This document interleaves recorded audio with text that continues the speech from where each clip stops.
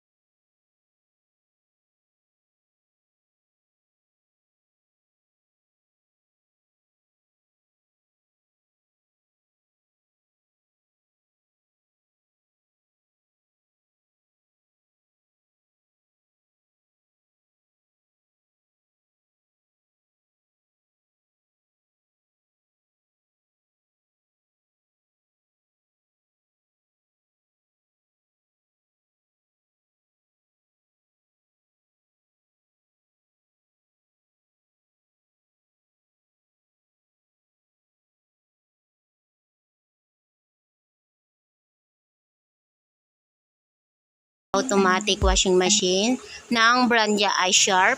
Buksan na natin yung cover niya para makita na natin yung mga gamit na ikakabit sa kanya. Kung makikita nyo, may kasama na siyang hose para sa pag-drain ng water.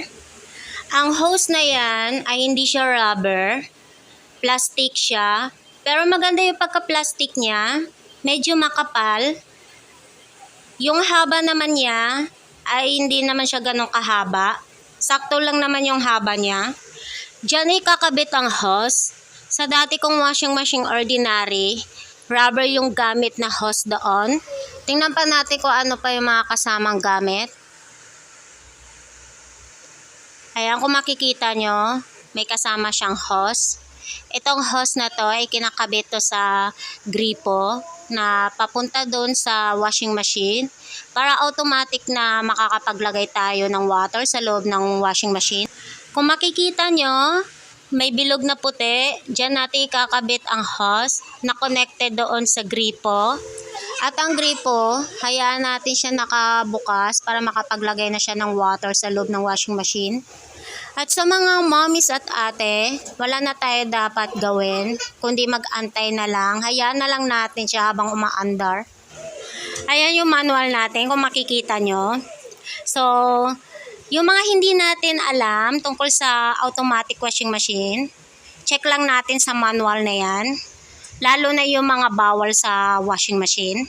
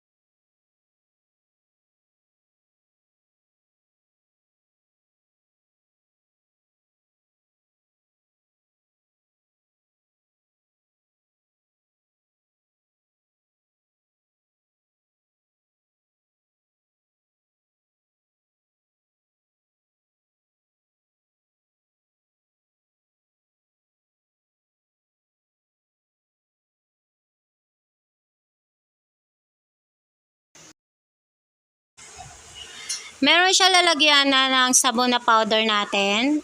Ayan, kung makikita nyo. Sa kabilang side naman, doon naman nilalagay yung fabric natin. Yung lalagyanan na yan, dyan dumediretso yung paglagay ng water natin. Pero ako naman kasi, hindi na ako naglalagay dyan sa tuwing na maglalaba ako. Dumediretso na ako doon sa may mismong tub. Doon na ako naglalagay ng powder. Pag puti na may nilalaban ko, doon na ako naglalagay din ng Sunrocks. Ang tub na to, meron siyang 7.0 kilo. Kaya marami tayong may lalagay na labahan at marami tayong malalabhan. Kung makikita nyo, yung mga nakapaligid sa tub natin, combination siya ng plastic at stainless.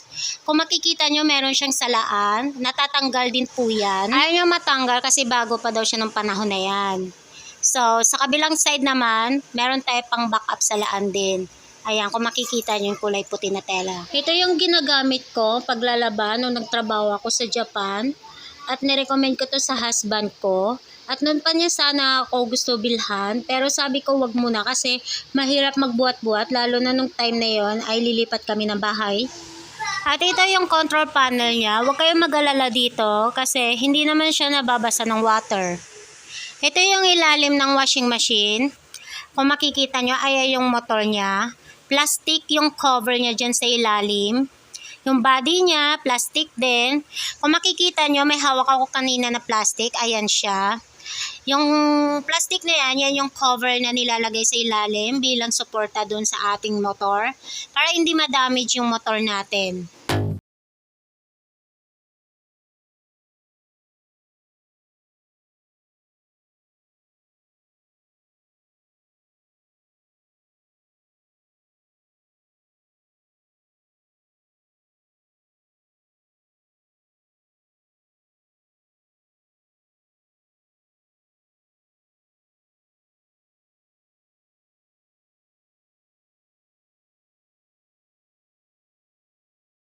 So, i-demo ko na sa inyo kung paano to gagamitin si fully automatic washing machine na ang brand niya ay Sharp. So, nandito na tayo sa control panel niya.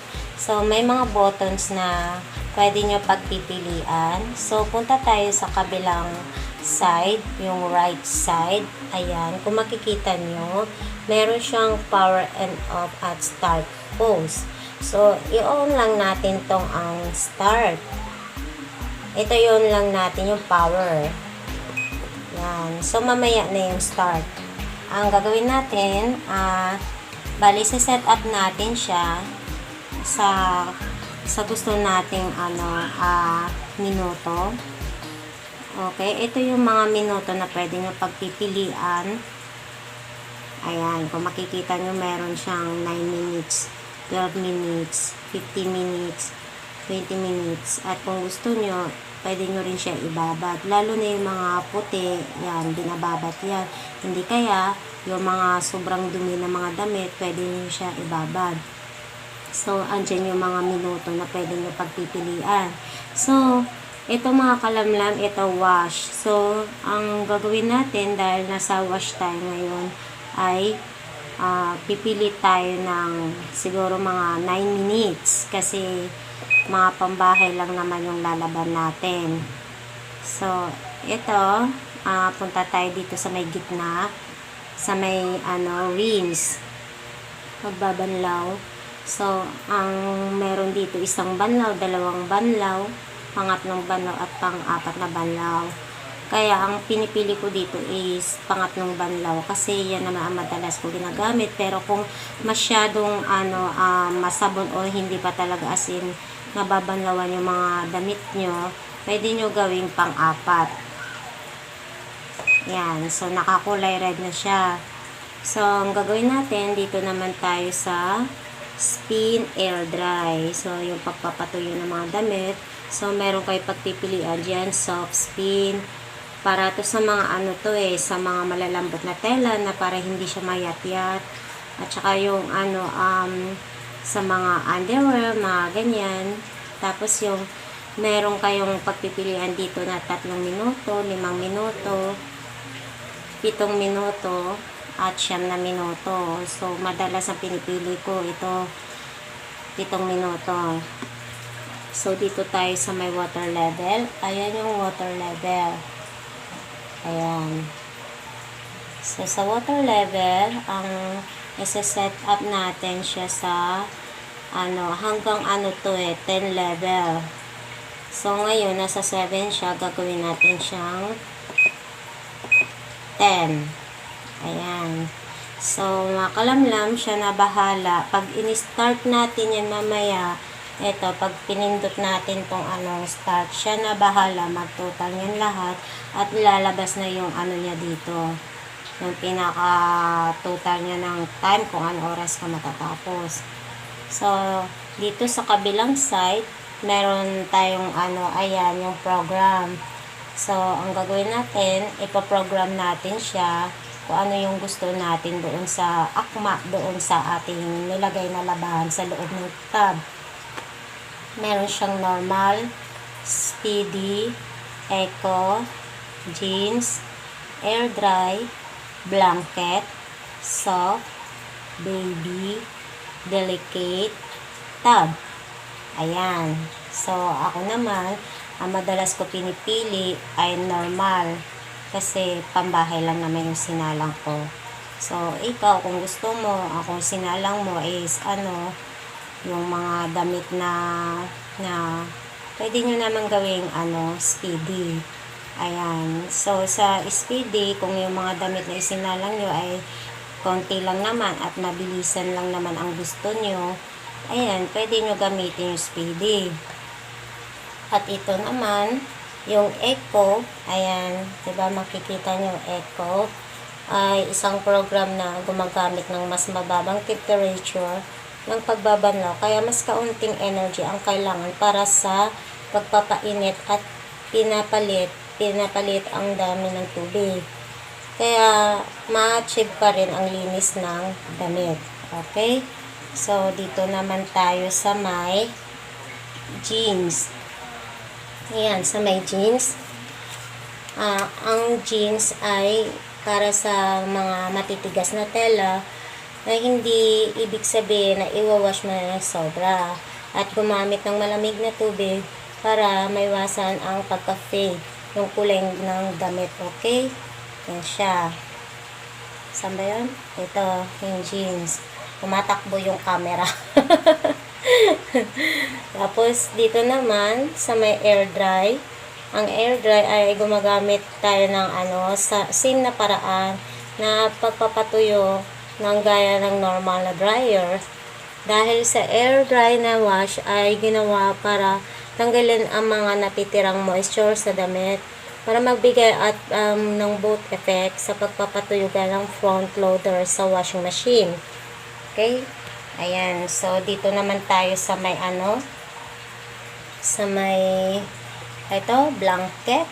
Ayan. Alam nyo naman kung para yan sa blanket sa mga malalaking kumot. Ayan. Makakapal na mga kumot. Makakapal na mga sapin. Yan. Mga sapin. Yan. So, hindi natin siya kaya i-hand wash. So, dito naman tayo sa may sa may soft.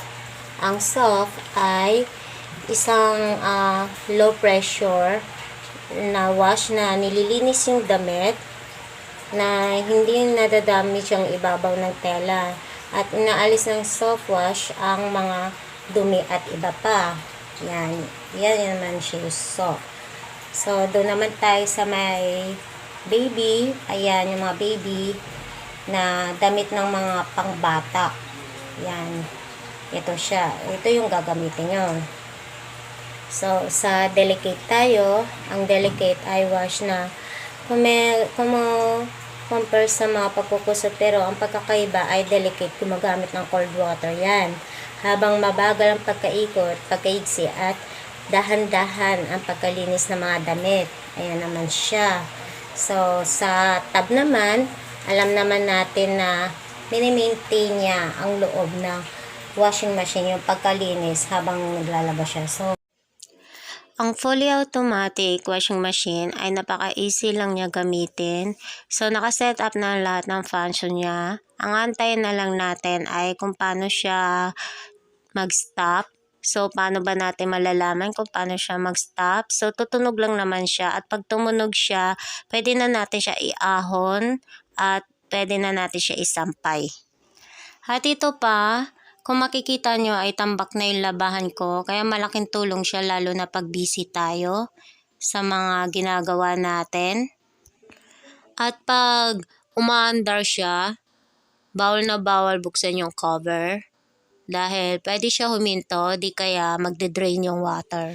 Kaya yan na lang natin siya hanggang sa matapos siya. Ito ang feedback ko sa kanya. Binili namin siya last March this year. Meron siyang 1-year warranty. 7 months na namin siya ginagamit. May natitira pa siyang 5 months sa warranty niya. For me, okay siya at wala naman naging problema. Para pa din siyang brand new. Some of the product, maganda lang siya sa unang buwan. Pero pagkatapos, unti-unti lumilitaw ang mga malfunctionality. Na-meet niya ang expectation ko. Pinakamahalaga sa hinahanap ko sa isang product. At yun naman talaga naman ang gusto ko. Ang tibay na pang matagalan.